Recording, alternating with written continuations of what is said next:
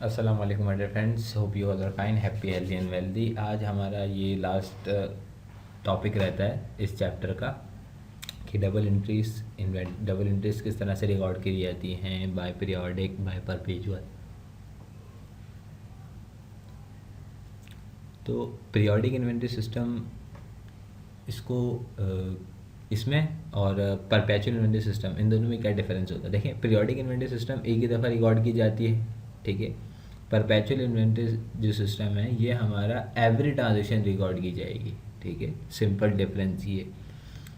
अब periodic inventory system में opening inventory का क्या लिंक है, क्या क्या एंट्री बनेगी, और बाय परपेचुअल में क्या एंट्री बनेगी। अच्छा, ये समझाने से पहले मैं आपको एक चीज़ ये बता दूं कि ये जब इसकी डबल एंट्रीज कर रहे हैं ना आप, तो उसको बहुत ध्यान से देखिएगा कि किस वक्त क्या एंट्री बन रही है।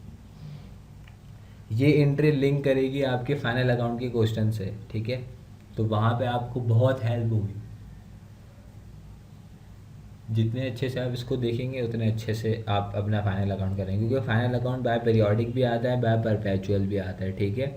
तो दोनों की जब एंट्रीज आती होंगी तो एडजस्टमेंट में जो एंट्रीज होंगी तो वो आप अच्छे से सॉल्व कर पाएंगे और आपका इन्वेंट्री जो फाइनल अकाउंट का आंसर है वो करेक्ट आएगा, ठीक है। तो पीरियोडिक इन्वेंट्री सिस्टम देखते हैं। ओपनिंग स्टॉक जो हमारे पास होता है, ये ओपनिंग इन्वेंट्री की एंट्री क्या होती है? Cost of goods sold debit, ठीक है, inventory credit. Then by perpetual में बीडी फिगर आती है इन्वेंट्री अकाउंट का, ठीक है। परचेजेस क्या करेंगे by periodic? Purchases debit, payable या कैश क्रेडिट, ठीक है, क्योंकि पेबल होगा तो लाइबिलिटी कैश, या तो दो चीज़ों पे खरीद सकते हैं, या तो उधार पे या तो कैश पे, ठीक है। एंड जब बाय परपेचुअल इन्वेंट्री सिस्टम होगा तो यहाँ पे डेबिट इन्वेंट्री होगा, ठीक है, क्रेडिट पेबल ये कैश होगा। फ्रेज इनवर्ट और कैरेज इनवर्ट और डायरेक्ट अदर कॉस्ट, ये क्या होंगी पीरियोडिक इन्वेंट्री सिस्टम में? Carriage inward debit cost production, और क्रेडिट पेबल या कैश, ठीक है। देन परपेचुअल इन्वेंट्री सिस्टम में आपकी डेबिट होगी इन्वेंट्री और पेबल या कैश आपका क्रेडिट होगा, ठीक है। Settlement discount on purchases, payable debit purchases या discount receive credit. Purchase return होता है ना हमारा, सॉरी परचेजेस होता है ना, परचेज हमारी कम हो गई, ठीक है, तो परचेजेस हमारी क्रेडिट हो गई, और क्या हुआ है? डिस्काउंट रिसीव्ड हुआ है, ठीक है। और जब परपेचुअल इन्वेंट्री सिस्टम बनाएंगे तो यहाँ पे हम एंट्री बनाएंगे पेबल डेबिट इन्वेंट्री क्रेडिट, ठीक है। रिटर्न टू सप्लायर, सही है, रिटर्न टू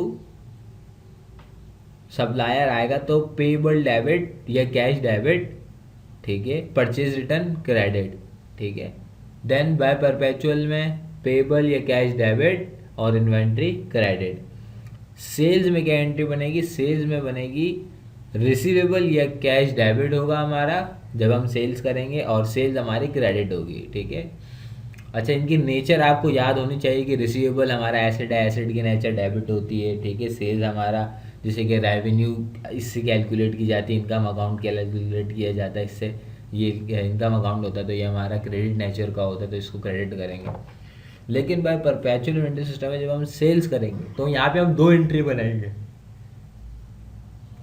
वो दो एंट्री क्या होंगी? वो दो एंट्री होंगी, एक तो सिंपल एंट्री रिसीवेबल डेबिट होगा या कैश डेबिट होगा और सेल्स क्रेडिट होगी। सेकंड में क्या बनेगी? कॉस्ट ऑफ सेल्स डेबिट और इन्वेंट्री क्रेडिट, ठीक है। मतलब इसकी जो कॉस्ट होगी ना वो भी हमने यहाँ पे कंसिडर करनी है, लेकिन पीरियोडिक में हम नहीं करेंगे। Return from customer, sales return debit simple बनाते हैं, और रिसीवेबल कैश क्रेडिट होगा।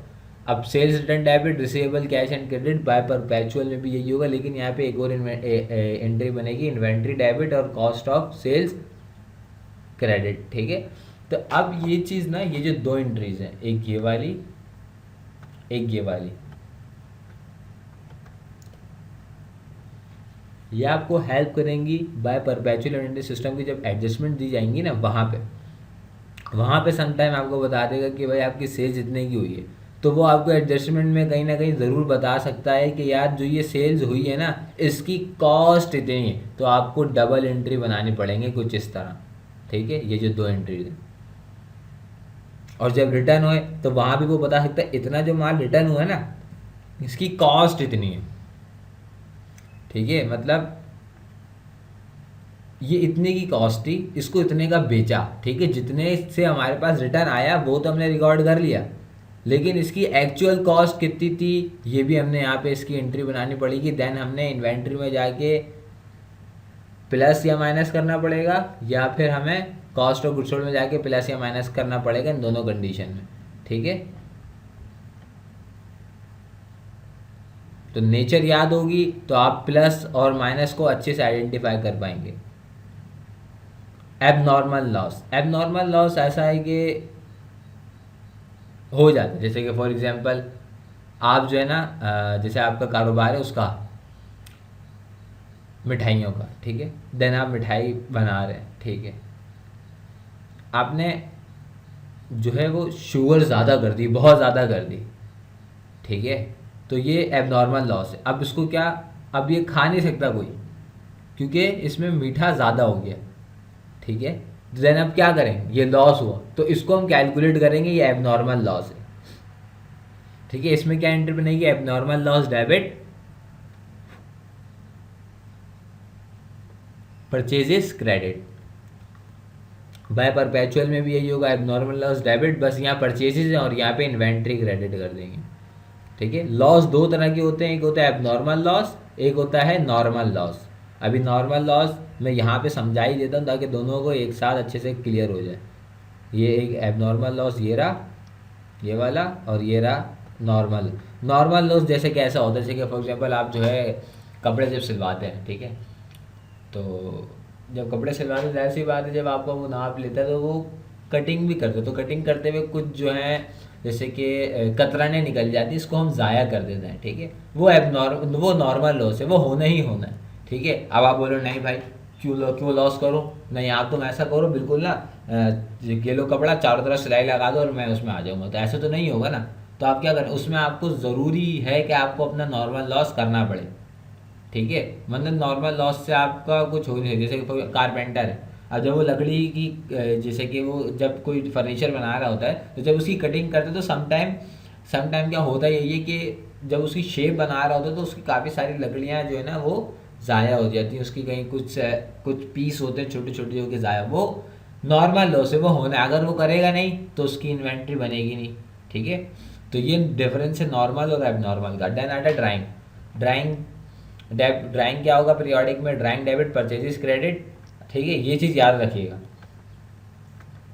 और देन ड्राइंग डेबिट परपेचुअल में क्या होगा, ड्राइंग डेबिट इन्वेंट्री क्रेडिट। ठीक है, फ्री सैंपल या चैरिटी। देखिए समटाइम ऐसा होता है कि आपने क्या करना होता है कि अपनी जो आपने प्रोडक्ट बनाते हैं उसका आप पहले सैंपल भी दे देते हैं। ठीक है, फ्री सैंपल, तो फ्री सैंपल हम जो है अपना मार्केटिंग एक्सपेंस लिखते हैं, और या अगर आपने चैरिटी में दिया तो चैरिटी एक्सपेंस डेबिट और purchases credit. Then by perpetual में marketing expense debit, charity expense credit, sorry charity expense और मार्केटिंग एक्सपेंस डेबिट और इन्वेंट्री क्रेडिट। ठीक है, ये हमारा होता है फ्री सैंपल में या चैरिटी में।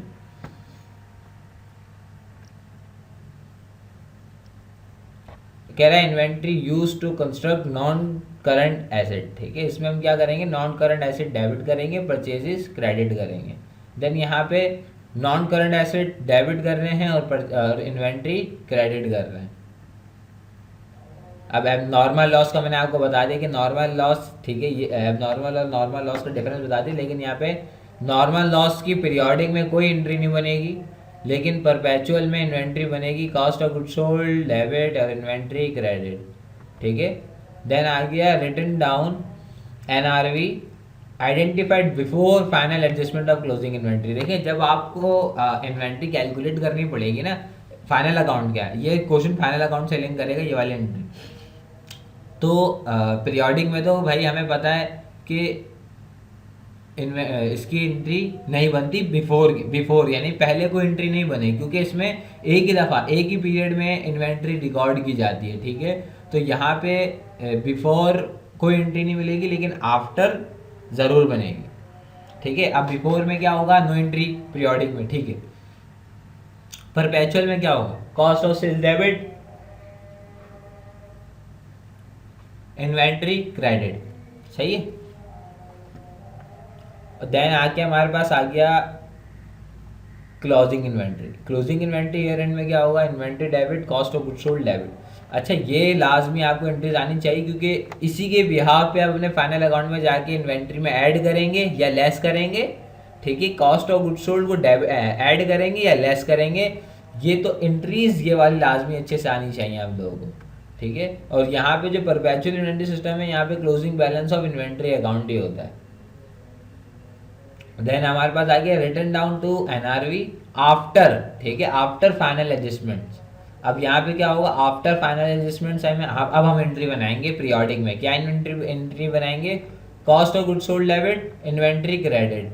और यहाँ पे cost of goods sold debit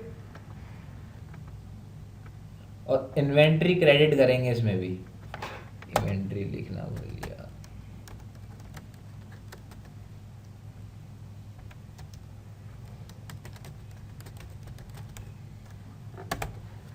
ठीक है। तो ये हमारी सारी डबल एंट्रीज थी किसकी, by periodic and by perpetual inventory system की, ठीक है। तो इसको लाजमी आप एंट्रीज को याद रखिए, क्योंकि जब आप फाइनल अकाउंट बना रहे होंगे तो वो आपको बाय पीरियोडिक भी दे सकता है, बाय परपेचुअल भी दे सकता है। तो उसके लिहाज से आपको अपनी डबल एंट्रीज पक्की करनी, ताकि आप वहाँ पे जो है अपना करेक्ट आंसर निकाल पाएँ कॉस्ट ऑफ गुड्स सोल्ड का और क्या नाम है आपकी जो इन्वेंट्री है उसका, ठीक है। और जब तक अभी तक अगर आपने चैनल सब्सक्राइब नहीं किया तो लिहाजा जल्द से जल्द सब्सक्राइब करें और लाइक भी करें, क्योंकि मैं ये देख रहा हूँ कि मेरे पास व्यूज़ आ रहे हैं लेकिन बच्चे सब्सक्राइब भी नहीं कर रहे, देन ना लाइक कर रहे हैं, ठीक है। तो इस चीज़ में भी थोड़ा गौर करें कि लाइक भी करें और सब्सक्राइब भी करें, देन शेयर भी करें। अल्लाह हाफिज़, मिलते हैं अगली क्लास में।